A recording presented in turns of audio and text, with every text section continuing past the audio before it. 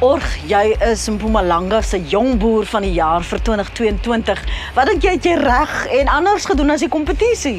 Ek is regtig hands-on met alles. Voetspore in die boord, met al jou mense met ek fisies saamwerk en hulle respekteer dit. En ek dink ons maak 'n goeie span in terme van dit.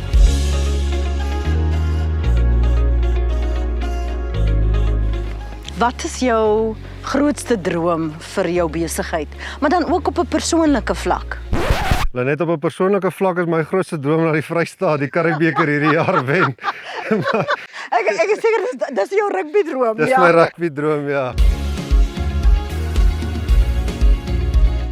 Ja, ek kan omtrent die hele dag daar staan en kyk hoe die neute inkom, want dit bevestig vir my dis harde werk deur die jaar. So dit maak my trots op elke persoon wat op die plaas werk en ons weet ons kan vorentoe gaan en ons gaan volgende jaar nog beter as dit doen. Meer as grond op Via, geborg deur Toyota.